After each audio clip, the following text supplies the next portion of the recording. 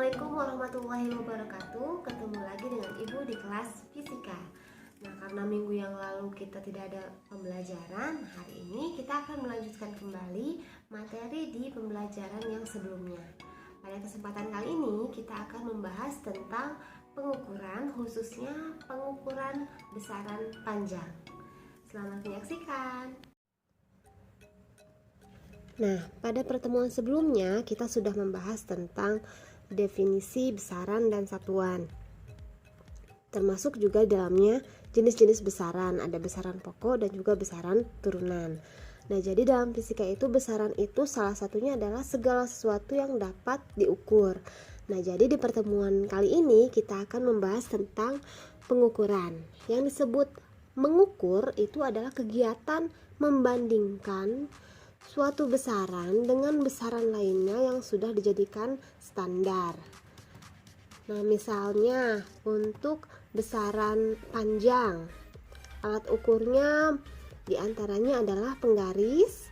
Nah, kalau penggaris kan sudah familiar ya, sering dipakai dalam kehidupan sehari-hari juga. Kemudian ada lagi mikrometer skrup dan juga ada lagi jangka sorong. Nah, mungkin nanti yang akan kita bahas lebih lanjut itu adalah tentang penggunaan jangka sorong dan juga mikrometer skrup. Kemudian alat ukur massa. Nah, alat ukur massa ini satuannya adalah kilogram ya. Ada timbangan badan, ada berbagai jenis neraca, baik itu neraca digital, neraca analog pun ada.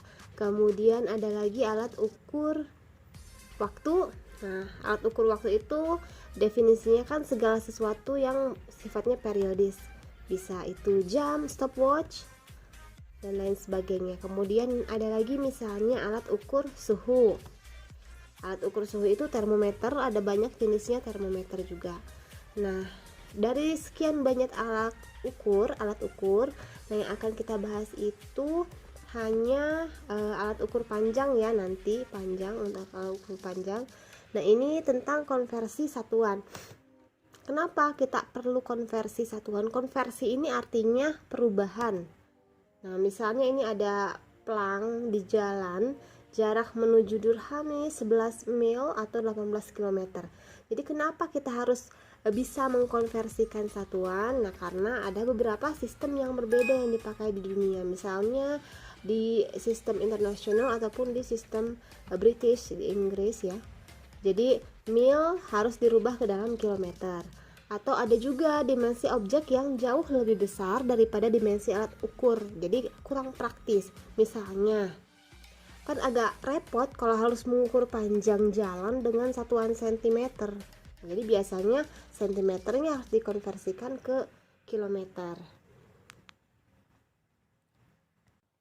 Pada pertemuan kali ini yang akan kita bahas itu adalah tentang pengukuran panjang. Nah, jadi ketelitian dalam pengukuran ini sangat diperlukan. Kalau misalnya alat ukur yang sering kita pakai kan biasanya hanya penggaris. Nah, kali ini bayangkan misalnya kita punya skrup yang akan dipakai memiliki diameternya tidak sama dengan pasangannya. Walaupun bedanya hanya 0,01 mm, ini keduanya tetap tidak akan dirangkai dengan baik. Nah, kalau pakai penggaris mengukur 0,01 mm itu nggak bisa, susah. Nah, diperlukan alat ukur lain yang tingkat ketelitiannya lebih tinggi, yaitu jangka sorong dan juga mikrometer skrup. Jadi ini penggunaannya ya biasanya untuk otomotif nih. Nah, kita akan setelah mempelajari materi ini diharapkan dapat menggunakan jangka sorong dan mikrometer skrup dengan benar, mengenal skala-skala yang ada pada jangka sorong dan mikrometer, serta membaca skala pada alat ukur dengan benar. Kita mulai yang pertama tentang jangka sorong. Nah, ini bentuknya seperti ini jangka sorong ya. Dia ketelitiannya 0,1 mm. Biasanya tertulis di alatnya ketelitiannya. Nah, jangka sorong. Jadi jangka sorong ini fungsinya ini ada banyak, ada bisa mengukur 3 bagian. Yang pertama itu udah pasti mengukur panjang, mengukur diameter. Diameternya itu bisa diameter dalam ataupun diameter luar. Mengukur kedalaman pun dia bisa ya.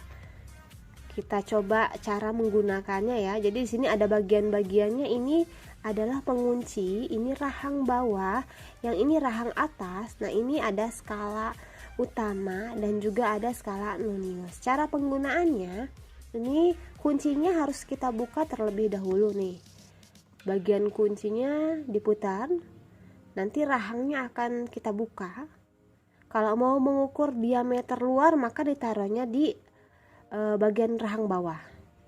Ini mengukur diameter luar benda. Nah, selanjutnya kalau mau mengukur diameter dalam, nah misalnya kita mau mengukur diameter dalam, seperti biasa penguncinya dibuka dulu. Nah, kalau untuk tadi diameter luar kan ditaruhnya di rahang bawah. Nah, untuk mengukur diameter dalam ditaruhnya di rahang atas. Kemudian ada lagi mengukur kedalaman benda.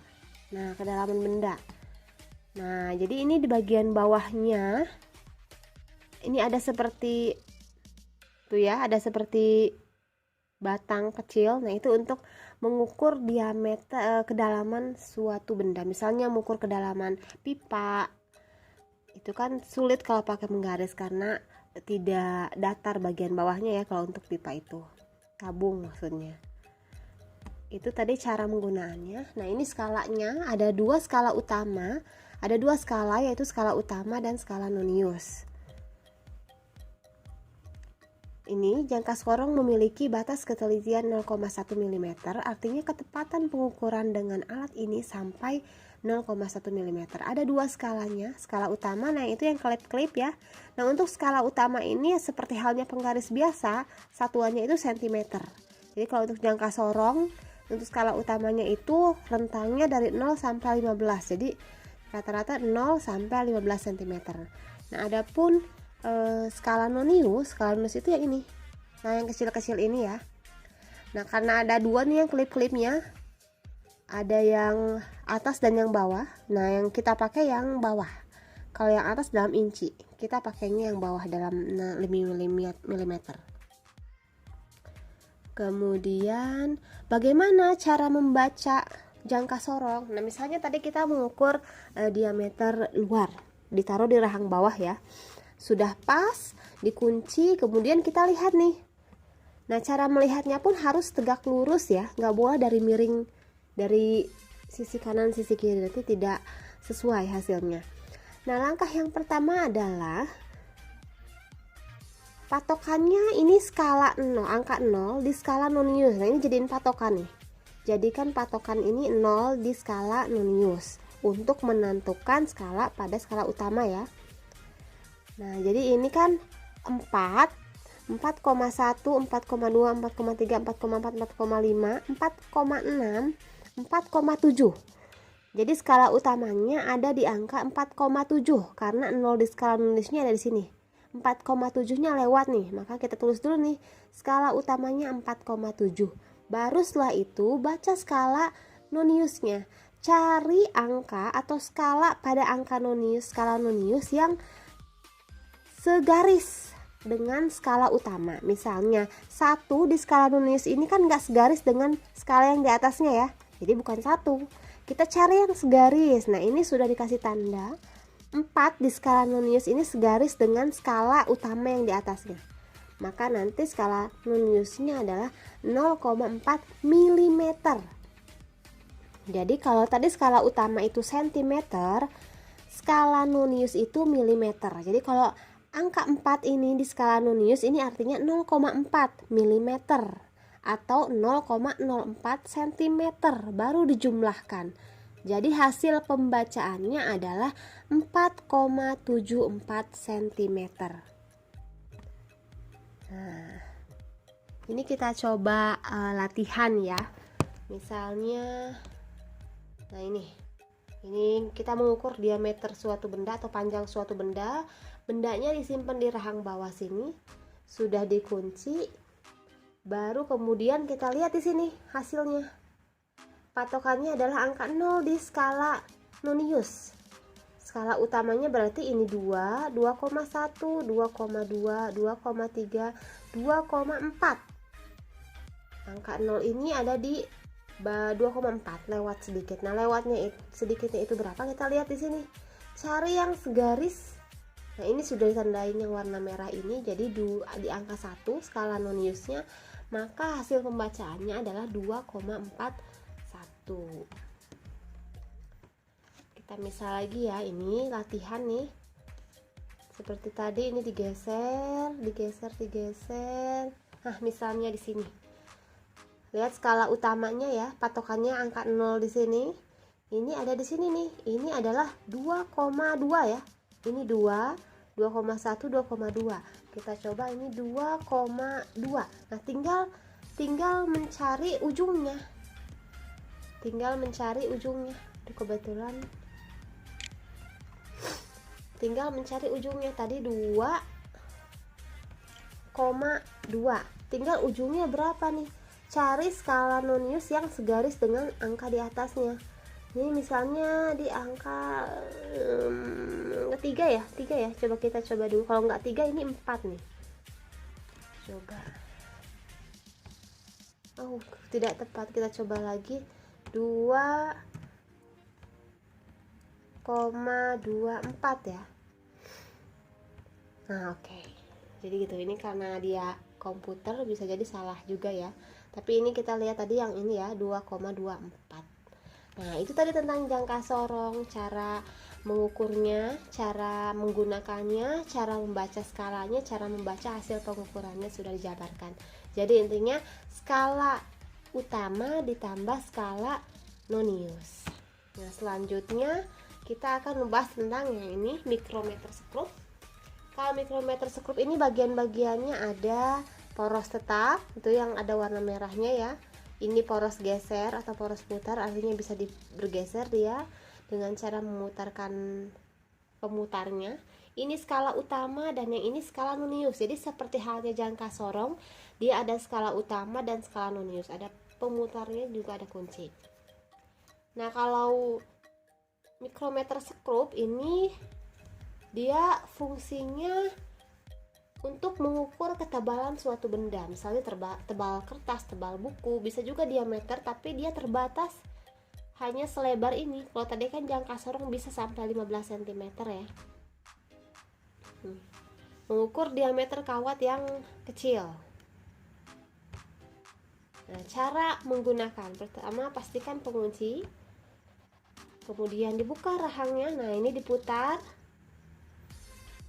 Letakkan benda yang mau kita ukur, misalnya ini ada baut, kita mau mengukur diameternya. Nah, putar pengunci lagi, baru nanti dibaca di skalanya hasil pembacaannya. Nah, skala utama yang ini ya. Nah, ini skala utama tuh yang klip-klip. Nah, kalau mikrometer sekrup ini satuan skala utamanya sudah dalam milimeter.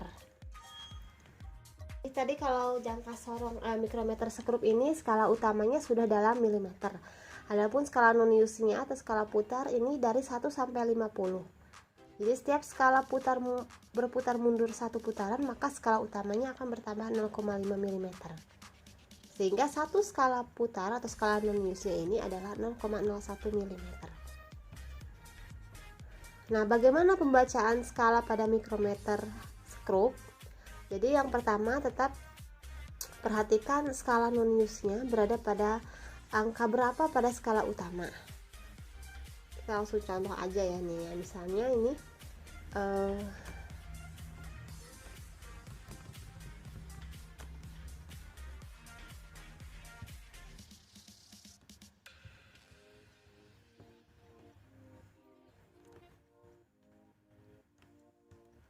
nah ini misalnya kita mengukur suatu benda ada di sini. Nah, jadi ini kita lihat dulu skala utamanya. Skala utama ini ada di angka 5. Maka dia skala utamanya 5,40. Jadi ini adalah 5,4 mm. Atau sekarang kalau misalnya seperti ini. Nah, ini skala utamanya bagian bawahnya sudah terlihat nih, ini 5,5. Jadi skala Noniusnya 20. Jadi bukan menjadi 7,5 ya, tapi menjadi 5,7. 50 ditambah 20. Coba lagi. Nah, misal ini berarti 4,5, 50 ditambah 30, 4,8. Nah, kita latihan misalnya. Nah,